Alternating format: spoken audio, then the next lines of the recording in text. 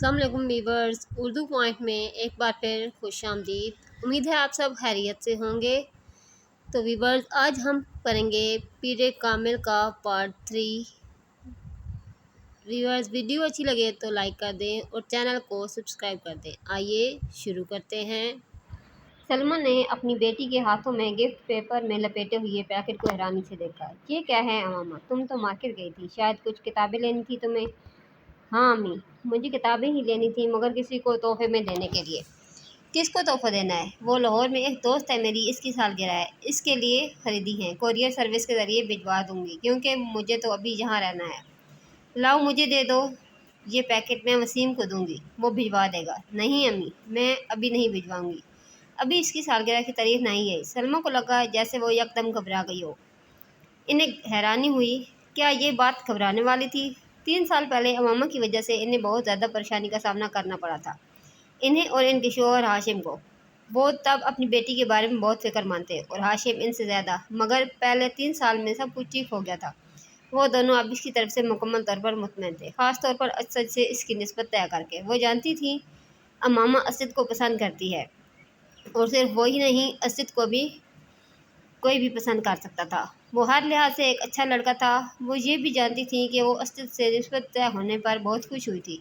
असद और इसके दरमियान पहले भी खासी दोस्ती और बेतकल्लफ़ी थी, मगर बाज़ दफ़ा इन्हें लगता जैसे वो वक्त गुजरने के साथ साथ बहुत चुप होती जा रही है। वो पहले ऐसी नहीं थी, मगर अब वो स्कूल जाने वाली बच्ची भी तो नहीं रही, मेडिकल कॉलेज की स्टूडेंट है। फिर वक्त भी कहाँ होता है इसके वो पास। इनकी सलमा सबसे हमेशा छोटी खुद को बेटी थी। तसल्ली बड़े दे दोनों लेती। बेटे की वो शादी कर चुकी थी, एक बेटे की भी शादी कर चुकी थी, जबकि 2 बेटे और मामा गैर शादीशुदा थे। अच्छा यह है कि ये संजीदा होती जा रही है। लड़कियों के लिए संजीदगी अच्छी होती है, इन्हें जितनी जल्दी अपनी जिम्मेदारी को एहसास हो जाए उतना ही अच्छा है। सलमा ने एक गहरी सांस लेते हुए मामा से नजरें हटा ली। वो छुट्टियों में घर आई हुई थी और जितने दिन वो यहाँ रहती, इनकी नजरें इस पर मरकूज रहती थी। पता नहीं ये साजिद कहाँ रह गया है, जो भी काम इसके जिम्मे लगा बस भूल ही जाता है। इन्हें अचानक अपने मुलाजिम का ख्याल आया जिसके पीछे वो लाउंज में आई थी। बड़बड़ाते हुए वो लाउंज से निकल गई। ये न्यू ईयर नाइट थी, नया साल शुरू होने में 30 मिनट बाकी थे। 10 लड़कों पर मुश्तमिल 14-15 साल के लड़कों का एक ग्रुप पिछले 2 घंटे से अपने अपने मोटरसाइकिल पर शहर की मुख्तलिफ सड़कों पर अपने करतब दिखाने में मसरूफ था। इनमें से चंद ने अपने माथे पर चमकदार बैंड बांधे हुए थे, जिन पर नए साल के हवाले से मुख्तलिफ पैगाम दर्ज थे। वो लोग 1 घंटा पहले एक पोश इलाके की एक बड़ी सुपर मार्केट में मौजूद थे और वहाँ मुख्तलिफ लड़कों पर आवाज़ें कसते रहे थे।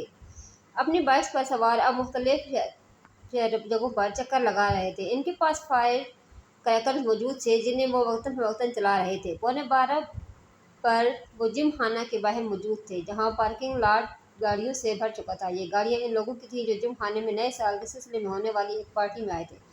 इन लड़कों के पास भी इस पार्टी के दावती कार्ड मौजूद थे, क्योंकि इनमें से तकरीबन तमाम के वालिदैन जिम खाना के मेंबर थे। वो लड़के अंदर पहुंचे तो 11:25 हो रहे थे। चंद मिनटों बाद डांस फ्लोर समेत तमाम जगहों की लाइट्स ऑफ हो जानी थी और इसके बाद बाहर लॉन में आतिशबाजी के एक मुजाहरे के साथ नए साल शुरू होने पर लाइट्स ऑन होना थी और इसके बाद तकरीबन तमाम रात वहाँ रक्स के साथ साथ शराब पी जाती, जिसका एहतमाम नए साल की इस तकरीब के लिए जिम खाना की इंतजामिया खास तौर पर करती थी। लाइट्स ऑफ होते ही वहाँ एक तूफ़ान बदतमीज़ी का आगाज़ हो जाता और वहाँ मौजूद लोग इसी तूफ़ान बदतमीज़ी के लिए वहाँ आए थे। 15 साल वो लड़का भी 10 लड़कों के इस ग्रुप के साथ आने के बाद एक इस वक्त डांस फ्लोर पर रॉक बेड पर डांस कर रहा था। डांस में इसकी महारत काबिल दीद थी। 12 बजने में 10 सेकेंड रह जाने पर लाइट्स ऑफ हो गई। मोटी 12 बजे लाइट्स यकदम दोबारा ऑन कर दी गई। अंधेरे के बाद सेकंड्स गिनने वालों की आवाज़ें अब शोर और खुशकी गैकों और चीखों में बदल गई थी। चंद सेकंड पहले थम जाने वाला म्यूजिक एक बार फिर बजाया जाने लगा। वो लड़का अब अपने दोस्तों के साथ बाहर पार्किंग में आ गया, जहां बहुत से लड़के अपनी अपनी गाड़ियों के हॉर्न बजा रहे थे। इन्हीं लड़कों के साथ बियर के कैन पकड़े वो वहां मौजूद एक गाड़ी की छत पर चढ़ गया। इस लड़के ने गाड़ी की छत पर खड़े खड़े अपनी जैकेट की जेब से बियर का एक भरा हुआ कैन निकाला और पूरी कुव्वत से कुछ फासले पर खड़ी एक गाड़ी के विंडो स्क्रीन पर दे मारा। इस धमाके के साथ गाड़ी की विंडो स्क्रीन चूर चूर हो गई। वो लड़का इत्मीनान के साथ अपनी बाएं हाथ में पकड़ा कैन पीता रहा।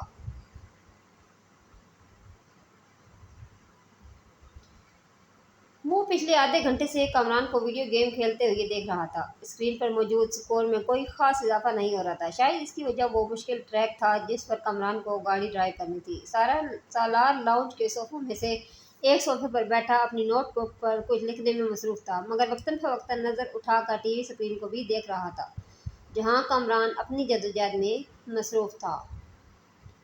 ठीक आध घंटे के बाद इसने नोटबुक बंद करके सामने पड़ी मेज़ पर रख दी। फिर मुंह पर हाथ रखकर जुमाई रोकी, दोनों टांगें सामने पड़ी मेज़ पर रखकर और दोनों हाथों की उंगलियां सर के पीछे बांधे वो कुछ देर स्क्रीन को देखता रहा, जहां कमरान अपनी तमाम चांसेस ज़ाया करने के बाद एक बार फिर नए गेम खेलने की तैयारी कर रहा था। क्या प्रॉब्लम है कमरान? सलार ने कमरान को मुखातिब करते हुए कहा। ऐसे ही नए गेम लेकर आया हूँ, मगर स्कोर करने में बड़ी मुश्किल हो रही है, कमरान ने बेजारी से कहा। अच्छा मुझे दिखाओ। इसने सोफे से उठकर रिमोट कंट्रोल इसके हाथ से ले लिया। कमरान ने देखा, पहले 20 सेकंड में ही सलार इसे जिस स्पीड पर दौड़ा रहा था, इस स्पीड पर कमरान अब तक नहीं दौड़ा पाया। जो ट्रैक इसे बहुत मुश्किल लग रहा था, वो सलार के सामने एक बचकाने चीज़ महसूस हो रहा था। 1 मिनट बाद वो जिस स्पीड पर गाड़ी दौड़ा रहा था, इसकी स्पीड कमरान के लिए इस पर नजरें जमाना मुश्किल हो गया, जबकि सलार इस स्पीड पर भी गाड़ी को मुकम्मल तौर पर कंट्रोल किए हुए था। 3 मिनट के बाद कमरान ने पहली बार गाड़ी को डगमगाते और फिर ट्रैक से उतरकर धमाके के साथ तबाह करते देखा। कमरान ने कुछ मुस्कुराते हुए मुड़कर सलार को देखा। गाड़ी क्यों तबाह हुई थी वो जान गया। रिमोट अब सलार के हाथ की बजाय मेज पर पड़ा था। वो अपनी नोटबुक उठाए खड़ा हो रहा था। कमरान ने सर उठाकर इसे देखा। बहुत बोरिंग गेम है, सलार ने तबसरा किया और कमरान की टांगों को फैलाते हुए लाउंज से बाहर निकल गया। कमरान होंठ भींचते 7 हिस्सों पर मबनी स्कोर को देख रहा था, जो स्क्रीन इसके कोने में जगमगा रहा था।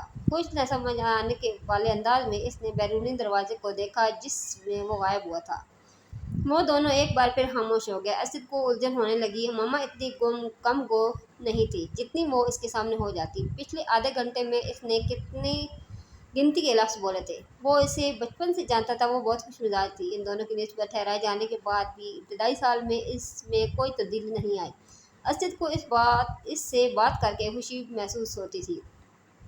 मोमिला की हाजिर जवाब थी, मगर पिछले कुछ सालों में वो यकदम बदल गई थी और मेडिकल कॉलेज में जाकर तो ये तब्दीली और भी ज़्यादा महसूस होने लगती। असद को बाद दफ़ा यूँ महसूस होता जैसे इससे बात करते हुए वो हद दर्जा मोहतात रहती है। कभी वो उलझी सी महसूस होती है और कभी इसके लहजे में अजीब सरदारी महसूस होती है। इसे लगता है वो जल्द अज जल्द से छुटकारा पाकर इसके पास उठकर चली जाना चाहती है। इस वक्त भी वो ऐसे ही महसूस कर रहा था। मैं कई बार सोचता हूँ कि मैं हाँ ही तुम्हारे लिए यहाँ आने का तरद्दुद करता हूँ। तुम्हें तो इससे कोई फ़र्क नहीं पड़ता होगा मैं आऊँ या ना आऊँ। असद ने एक गहरी सांस लेकर कहा। वो इसके बिलमुकाबिल लान चेयर पर बैठी दूर बाउंड्री वाल पर चढ़ी हुई बेल को घूर रही थी। असद की शिकायत पर इसने गर्दन हिलाए बगैर अपनी नज़रें बेल से हटाकर असद पर मरकूज कर दी। असद ने सवालिया नज़रों से इसे देखा, मगर वो खामोश रही।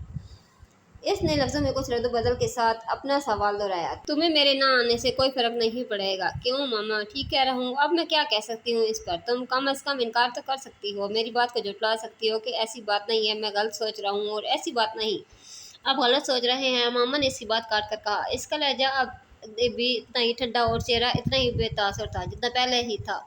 असद एक ठंडी सांस लेकर रह गया। हाँ, मेरी दुआ और ख्वाहिश तो यही है कि ऐसा ना हो और मैं वाकई गलत सोच रहा हूँ, मगर तुमसे बात करते हुए मैं हर बार ऐसा ही महसूस करता हूँ। किस बात से आप ऐसा महसूस करते हैं? इस बार पहली बार असद को इसकी आवाज़ में कुछ नाराज़गी झलकती हुई महसूस हुई। बहुत सी बातों से तुम मेरी किसी बात का ढंग से जवाब नहीं देती, हालांकि मैं आपकी हर बात का ढंग से जवाब देने की पूरी कोशिश करती हूँ, लेकिन अब अगर आपको मेरे जवाब पसंद ना आए तो मैं क्या कर सकती हूँ? असद को इस बार बात करते हुए वो कुछ मज़ीद खफा सी महसूस हुई। मैंने ये कब कहा कि मुझे तुम्हारे जवाब पसंद नहीं आए? मैं तो सिर्फ ये कह रहा हूँ कि मेरी हर बात के जवाब में तुम्हारे पास हाँ और नहीं के अलावा कुछ नहीं होता। बाद दफ़ा तो मुझे लगता है कि मैं अपने आप से बातें कर रहा हूँ। अगर आप मुझसे ये पूछेंगे कि तुम ठीक हो, तो मैं इसका जवाब हाँ या नहीं में ही दूंगी। हाँ और नहीं के अलावा इस सवाल का जवाब किस तकरीर से दिया जा सकता है, तो आप मुझे वो बता दें, मैं कर दूंगी। वो बिल्कुल संजीदा थी। हाँ और नहीं के साथ भी तो कुछ कहा जा सकता है, और कुछ नहीं तो तुम जवाब में मेरा हाल ही पूछ सकती हो। मैं आपका क्या हाल पूछूं? जाहिर है अगर आप मेरे घर आए हैं, मेरे सामने बैठे मुझसे बातें कर रहे हैं, तो इसका वाज़ह मतलब यही है कि आप ठीक है, वरना आप इस वक्त अपने घर बिस्तर पर पड़े होते। ये फॉर्मेलिटी होती है। अरे आप जानते हैं मैं फॉर्मेलिटीज़ पर यकीन नहीं रखती। आप भी मुझसे मेरा हाल ना पूछा करें, मैं बिल्कुल माइंड नहीं करूँगी। असद जैसे लाजवाब हो गया।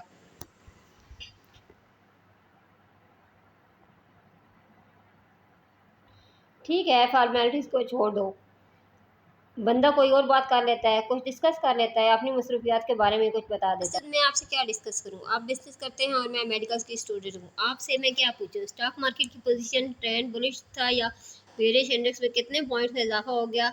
या अगली कंसाइनमेंट कहाँ भेज रहे हैं? इस बार गवर्नमेंट ने आपको कितनी रेबेट दी? इसका लहजा अब भी इतना ही सर था या आपसे अनाटोमी डिस्कस करूं? कौन से अवामिल इंसान के जिगर को मुतासर कर सकते हैं? बाईपास सर्जरी में इस साल कौन सी नई तकनीक इस्तेमाल की गई है? दिल की धड़कन बहाल करने के लिए कितने से कितने वोल्ट का इलेक्ट्रिक शॉक दिया जा सकता है? तो हम दोनों की मसरूफियात तो ये हैं। अब इनके बारे में डिस्कशन से आप और मैं मोहब्बत और बेतकल्लफ़ी की कौन सी नई मंजिलें तय कर लेंगे, वो मेरी समझ से बाहर है। असद का चेहरा सुर्ख हो गया। अब वो इस लम्हों को कोस रहा था जब इसने मोहम्मद से शिकायत की थी। और भी तो मसरूफियात होती हैं इंसान की। असद ने कदरे कमज़ोर लहजा में कहा, नहीं, पढ़ाई के अलावा मेरी तो कोई और मसरूफियात नहीं है। अमामा ने कतियत से सर हिलाते हुए कहा, पहले भी तो हम दोनों आपस में बहुत बातें करते थे। अमामा ने इसकी बात काट दी। पहले की बात छोड़ें, अब मैं वक्त ज़ाया करना अफोर्ड नहीं कर सकती। हैरत मुझे आप पर हो रही है। आप बिजनेसमैन होकर इतनी इमेच्योर और इमोशनल सोच रखते हैं। आप तो खुद भी प्रैक्टिकल होना चाहिए। असद कुछ बोल ना सका। हम दोनों के दरमियान जो रिश्ता है वो हम दोनों जानते हैं। अब अगर आप मेरी प्रैक्टिकल अप्रोच को बेइल्तिफाती, बेनियाजी, नाराज़ी समझें तो मैं क्या कर सकती हूँ? मैं आपके साथ यहाँ बैठी हूँ तो इसका मतलब यही है कि मैं इस रिश्ते को अहमियत देती हूँ, वरना कोई अजनबी तो इस तरह यहाँ मेरे साथ बैठकर चाय नहीं पी सकता। वो एक लम्हे के लिए रुकी। और जहाँ तक इस बात का ताल्लुक है कि आपके आने या ना जाने से मुझे कोई फ़र्क पड़ेगा, तो ऐसा नहीं है। हकीकत यह है कि हम दोनों ही बहुत मसरूफ़ रहते हैं। हम मॉडर्न एज की पैदावार हैं।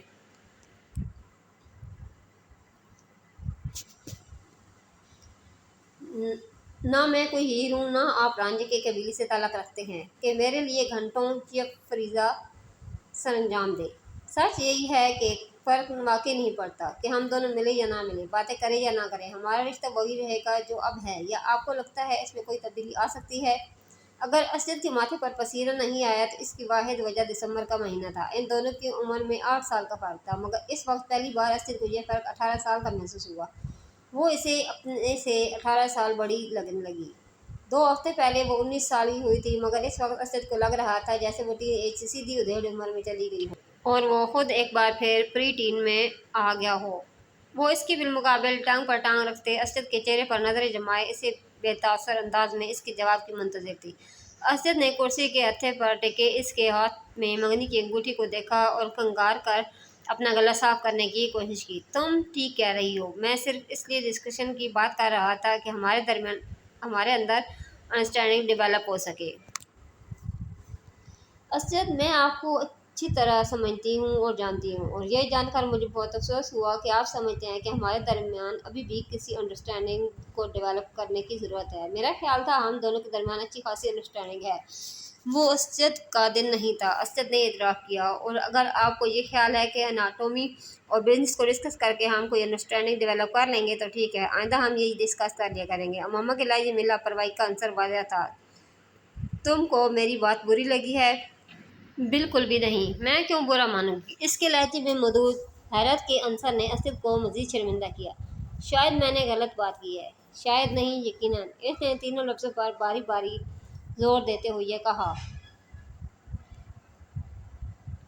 तुम जानती हो मेरे नज़दीक ये रिश्ता कितनी अहमियत का हामिल है। मेरे बहुत से ख्वाब हैं इस रिश्ते के हवाले से, तुम्हारे हवाले से। असद ने एक गहरा सांस लेकर कहा।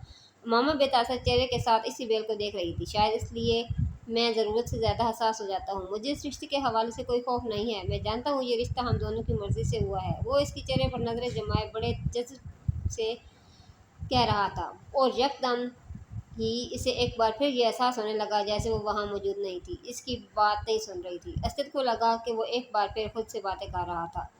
एक बहुत बड़ी कोठी के अकब में मौजूद नेक्सी से म्यूज़िक की आवाज़ बाहर लान तक आ रही थी। बाहर मौजूद कोई भी शख्स अनेक्सी के अंदर मौजूद लोगों की क़ुव्वत बर्दाश्त पर हैरानी का इजहार कर सकता था, लेकिन वो अनेक्सी के अंदर मौजूद लोगों की हालत देख लेता तो इसके हैरान कन क़ुव्वत बर्दाश्त की वजह जान जाता। अनेक्सी के अंदर मौजूद 6 लड़के जिस हालत में थे, इस हालत में इससे ज़्यादा तेज़ और बुलंद म्यूज़िक भी इन पर असरअंदाज ना हो सकता था। और जहाँ तक 7वें लड़के का ताल्लुक था, वो ऐसी किसी चीज़ से मुतासिर नहीं होता था।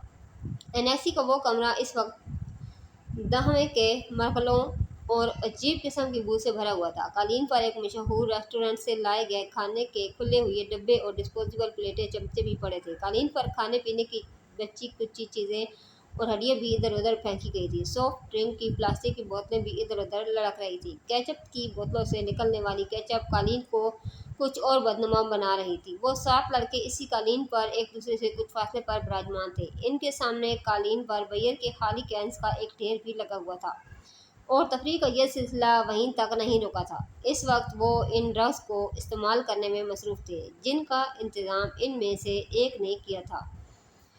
पिछले 2 माह में वो तीसरी बार इस एडवेंचर के लिए इकट्ठे हुए थे और इन 3 मौक़े पर वो 4 मुख्तलिफ़ किस्म के ड्रग्स इस्तेमाल कर चुके थे। पहली बार उन्होंने वो ड्रग इस्तेमाल की जो इनमें से एक को अपने बाप के दराज से मिली थी।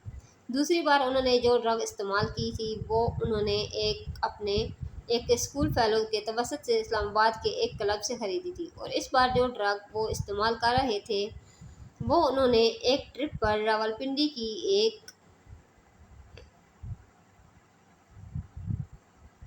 मार्केट में अफ़गान से ख़रीदी थी। तीनों मौक़े पर उन्होंने इन ड्रग्स के साथ अल्कोहल इस्तेमाल किया था जिसका हसूल इनके लिए मुश्किल नहीं था। इस वक्त भी इन 7 लड़कों में से 6 लड़के पूरी तरह नशे में थे। इनमें से एक भी कांपते हुए हाथों के साथ ड्रग को सूंघने की कोशिश कर रहा था जबकि वो लड़के सिगरेट पीते हुए बाकी लड़कों के साथ टूटी फूटी गुफ्तगू कर रहे थे। सिर्फ 7वां लड़का मुकम्मल तौर पर होश में था। इस लड़के का चेहरा पिंपल्स आंसू से भरा हुआ था और इसके गले में मौजूद एक स्याह तंग डोरी में 3-4 तांबे की अजीब सी शक्लों के जेवरात परोए हुए थे।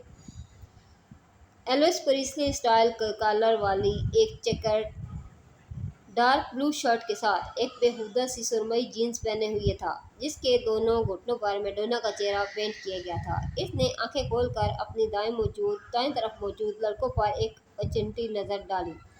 इसकी आंखें सुर्ख हो रही थीं मगर इसी सुर्खी के बावजूद वो ऐसा तासर नहीं दे रही थीं कि बाकी लड़कों की तरह मुकम्मल तौर पर नशे की गिरफ्त में था। चंद मिनट इन्हें देखने के बाद इसने सीधे होते हुए डिबिया पर मौजूद बाकी ड्रग कोन में डाल दी और एक छोटे से सलाखी के साथ इसे सूंघने लगा। काफ़ी देर के बाद इसने स्ट्रॉ को एक तरफ फेंक दिया और अपने हाथ की पोर पर थोड़ी सी ड्रग रख कर ज़ुबान की नोक के साथ कुछ दिलचस्पी तजस्सुस मगर एहतियात के साथ इसे चखा। दूसरे ही लम्हे इसने बर्क रफ्तारी के साथ अपनी बाएं जानिब थूका। ड्रग यकीनन बहुत अच्छी क्वालिटी की थी। इसकी आंखें अब पहले से ज़्यादा सुर्ख हो रही थी मगर अभी भी वो अपने होशो हवास में था। इसके चेहरे के तासरात से अंदाज़ा हो रहा था कि वो अपनी सरगर्मी से कुछ ज़्यादा महफूज नहीं हुआ है। 1-2 मिनट के बाद इसने अपने कालीन पर पड़े हुए बियर के कैन से चंद घूंट लेते हुए ड्रग के जायके को साफ करने की कोशिश की। कैन रखने के बाद वो चंद मिनट तक कोन में मौजूद ड्रग को देखता रहा। दूसरे 6 लड़के इस वक्त तक नशे में पूरी तरह धुत कारपेट पर औंधे सीधे पड़े थे मगर अब भी इस तरह बैठा था। कैन में मौजूद बियर के घूंट लेते हुए वो पुरसोच अंदाज में इन सबको देखता रहा। इनकी आंखें अब मुतवरम हो रही थीं मगर इनमें मौजूद चमक बता रही थी कि वो अभी भी मुकम्मल तौर पर नशे में नहीं है। ये इसके साथ तीसरी बार हुआ था। पहली 2 बार ड्रग इस्तेमाल करने के बाद वो इस तरह बैठा रहा जबकि इसके दोस्त बहुत जल्द नशे से धुत हुए। रात के पिछले पहर वो इन लोगों को इसी हालत में छोड़कर खुद घर आ गया था। आज भी वो यही करना चाहता था। कमरे के अंदर मौजूद ड्रग की बू से अब पहली बार वो उलझने लगा था। इसने खड़ा होने की कोशिश की और वो मज़ीद जानने के लिए देखिए पार्ट 4।